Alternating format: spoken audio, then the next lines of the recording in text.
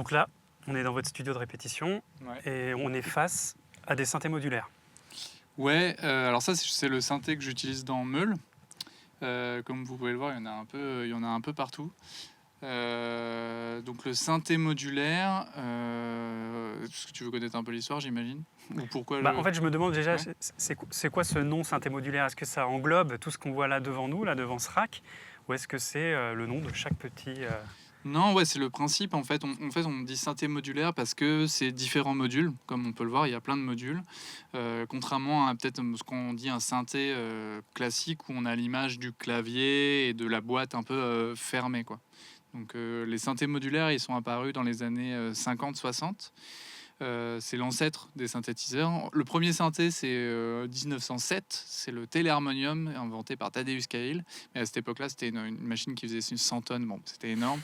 Il y a eu le Theremin. Il y a eu plein d'inventions. Et le premier synthé modulaire, ouais, c'est années 50-60, avec notamment Bob Moog. Et du coup, à cette époque-là, ça ressemble plus à ce genre de choses. C'est un peu plus gros. Et le principe, c'est que donc on va utiliser l'électricité, on va utiliser l'onde pour en faire du son. Et pour ça, en fait, on va utiliser différents modules et chaque module va agir différemment sur le son. C'est un outil. On en a un, par exemple, qu'on appelle un oscillateur qui, lui, génère cette onde. Après, on peut utiliser des filtres qui viennent du coup modifier ce qu'on laisse passer comme fréquence. On a des enveloppes qui nous permettent de choisir un peu la forme dans le temps de cette onde. Enfin voilà, il y a plein de modules. Donc ça, c'est les années 50-60. Le problème, c'est que c'est des synthés qui, bon là, ils sont plus petits, mais normalement, ça prend toute la pièce. C'est plus pour de l'expérimentation. Et les musiciens vont attendre que tout ça, ça se rétrécisse, notamment aussi avec l'arrivée du digital et des puces, pour que les synthés se tiennent dans des petites boîtes et qu'ils puissent les prendre en tournée. Sauf que, en fait, avec ces boîtes vient donc le principe du preset, c'est-à-dire que les sons sont préenregistrés, on n'a pas obligé de tout refaire à la main. Et en fait, ouais, je pense que pendant 30-40 ans, ces synthés ont tellement été utilisés qu'aujourd'hui, on connaît ces sons-là. Et en fait, aujourd'hui, enfin, c'est ma théorie, hein, aujourd'hui, on revient au synthé modulaire parce que ça nous permet de reconstruire des sons à partir de zéro et potentiellement de retrouver un son qui nous est propre, quoi. Parce que là, on a l'impression qu'en fait, les possibilités, elles sont infinies. On voit que ça marche avec des câbles qui relient les objets entre eux. Ouais. Comment ça marche, ça, justement? En fait, les câbles, c'est une histoire de chaîne. C'est que j'expliquais, en fait, donc l'électricité arrive par la prise. Ensuite, elle est envoyée, du coup, par exemple, à ce module qui, du coup, lui, va générer une onde. Et cette onde, je la sors de ce module, je la rentre donc ici, donc c'est un filtre. Donc ça me permet de laisser passer plus ou moins telle fréquence. Après, donc là, c'est une enveloppe. En fait, chaque petite chose a une fonction sur le son. Aujourd'hui, en fait, les nouveaux modules, contrairement à ce qui était utilisé dans les années 50-60, mélangent de ce qu'on appelle de l'analogique, c'est-à-dire vraiment juste des composants et de l'électricité avec des modules digitaux, avec des mémoires, avec de l'informatique. Et les deux se mélangent aujourd'hui et ça nous permet d'avoir des choses un peu plus complexes et de garder un son qui est assez riche. Et on a l'impression que c'est extensible à l'infini. Est-ce que toi, tu t'es fixé une limite dans Meul ou dans ton studio? Alors dans Meul, la limite, c'est la capacité qu'on a de pouvoir tourner avec le matériel. Parce que, alors il y a un moment, j'ai essayé, notamment sur des vidéos live, j'ai rajouté des racks et ça fait du matos en plus, donc c'est lourd à porter. Donc en fait, finalement, on est resté avec quelque chose de plutôt compact. Et après, c'est aussi une contrainte, un peu comme les batteurs qui ont cette batterie, c'est-à-dire que en fait, c'est comme si j'avais un petit orchestre avec moi là. Avec ce synthé, en fait, on les voit, elles sont là. Là, j'ai 7 lignes différentes, donc j'ai 7 lignes de synthé. Et avec cette ligne, on compose différents morceaux. L'idée, c'est de pas tout utiliser dans un morceau et pouvoir varier pendant le show différentes textures, quoi. Moi, une des premières questions que je me suis posée, c'est tu vas trouver un son pendant la répétition. Comment tu es sûr qu'en concert, tu vas réussir à trouver exactement? Parce que là, j'imagine, ça joue à des millimètres sur les potards. Comment tu fais ça? Est-ce que tu prends des notes? Alors non, alors c'est pour ça qu'il y en a beaucoup. En fait, c'est aussi ce choix-là, c'est-à-dire qu'en fait, j'ai fait le choix de certains synthés, j'ai pas mal expérimenté avec, voilà, et je me suis dit, ah ok, avec ce synthé-là, c'est plutôt ce son-là que j'aime, donc en fait, je me limite potentiellement à une petite zone, et ou alors après, oui, à force de le faire et de le refaire, on connaît les positions, et justement, c'est mon rôle quand même en live, parce que sinon, je toucherais à rien du tout, ça pourrait marcher, c'est en fonction des morceaux, de remettre les boutons dans aux bons endroits, et ce genre de choses, quoi. Mais oui, finalement, finalement, là, dans ce synthé, voilà, chaque partie est plus ou moins fixe. En fait, ça, c'est vraiment pour Meule. Et après, moi, j'en ai d'autres qui, du coup, me servent plus justement quand on compose l'album, où en fait, je le dépatche. Donc, en fait, j'enlève tous les câbles et puis on recommence, on fait de la recherche. Et là, c'est exactement le travail qu'on est en train de faire aujourd'hui. C'est qu'en fait, on a composé les morceaux sur l'album avec des sons et maintenant, il faut que je les réadapte avec ces sons-là, quoi. Donc ce sera un petit peu différent de l'album. Ouais, ça sera forcément un peu plus différent. Ouais. Et toi qui es guitariste, tu vois ça comme un instrument comme un autre ou pas ?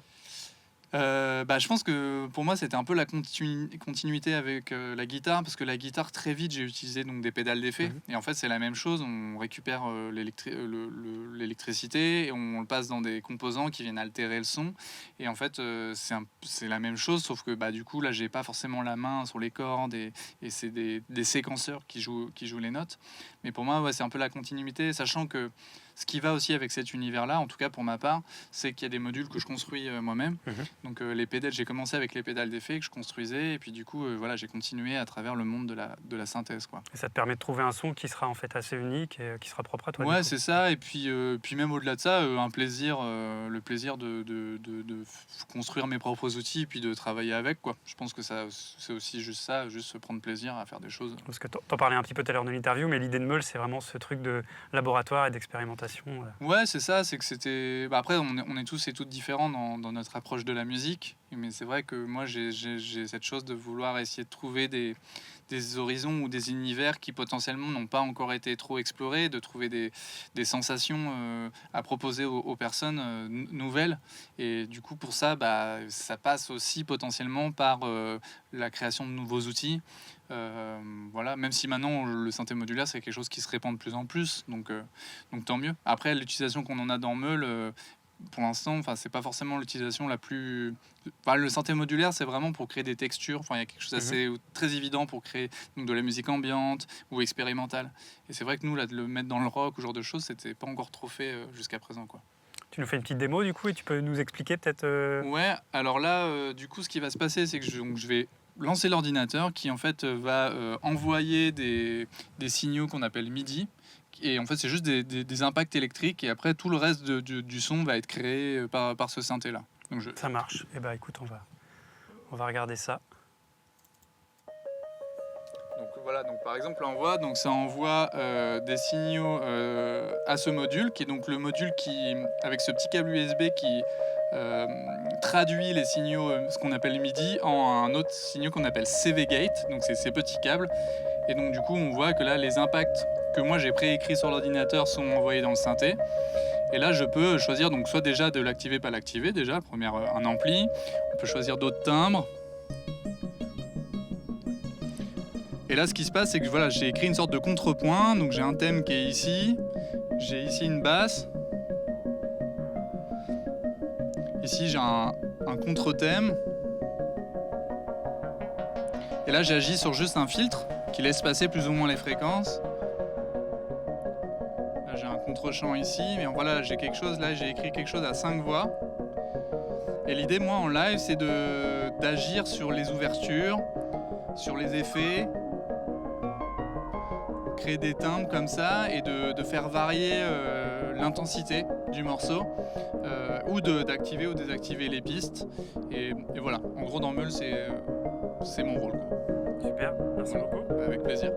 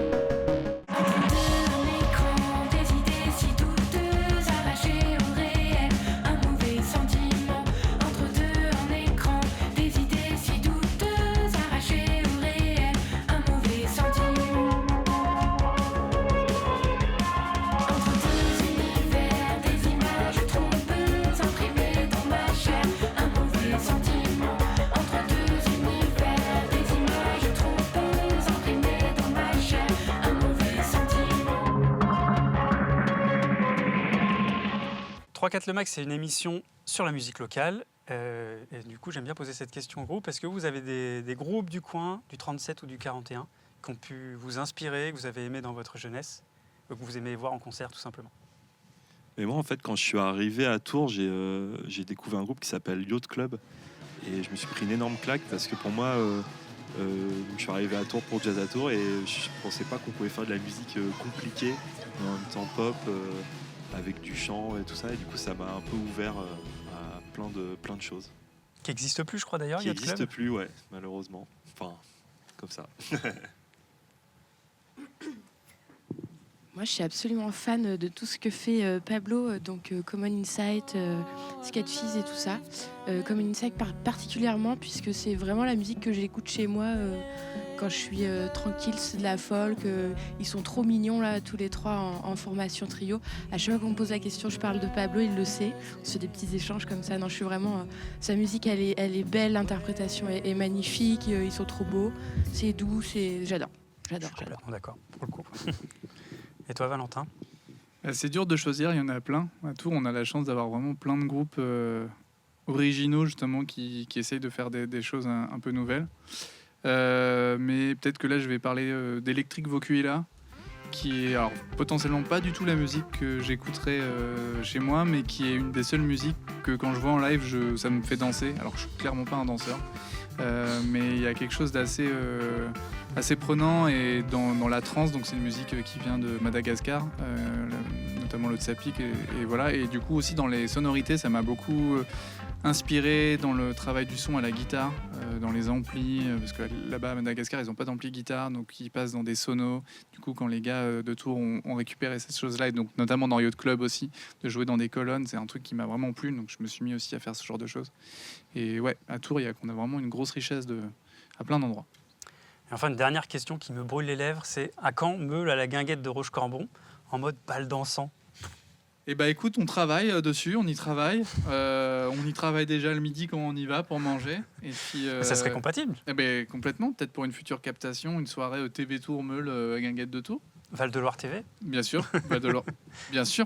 Et ben voilà, l'invitation est lancée. Merci beaucoup, merci Meule. Merci à toi. On le rappelle, DAIR est disponible partout sur les plateformes. Vinyle, CD, c'est prévu? Les deux, super. Et on vous retrouve évidemment sur les réseaux sociaux. À bientôt. Merci à tous les trois. Merci. Salut. Top, merci beaucoup. Des couches d'âmes amoureuses emballées de mystère, un curieux sentiment entre deux, un destin. Des couches d'âmes amoureuses emballées de mystère, un curieux sentiment entre deux. Merci à vous d'avoir suivi ce nouvel épisode de 3-4 Le Mag. Je vous encourage vivement à aller écouter DAIR, le nouvel album de Meule, et bien sûr d'aller les voir en concert. On se retrouve bientôt pour un nouvel épisode de 3-4 Le Mag sur VDL TV, et bien sûr de revoir cette émission sur valdeloire.tv. Salut!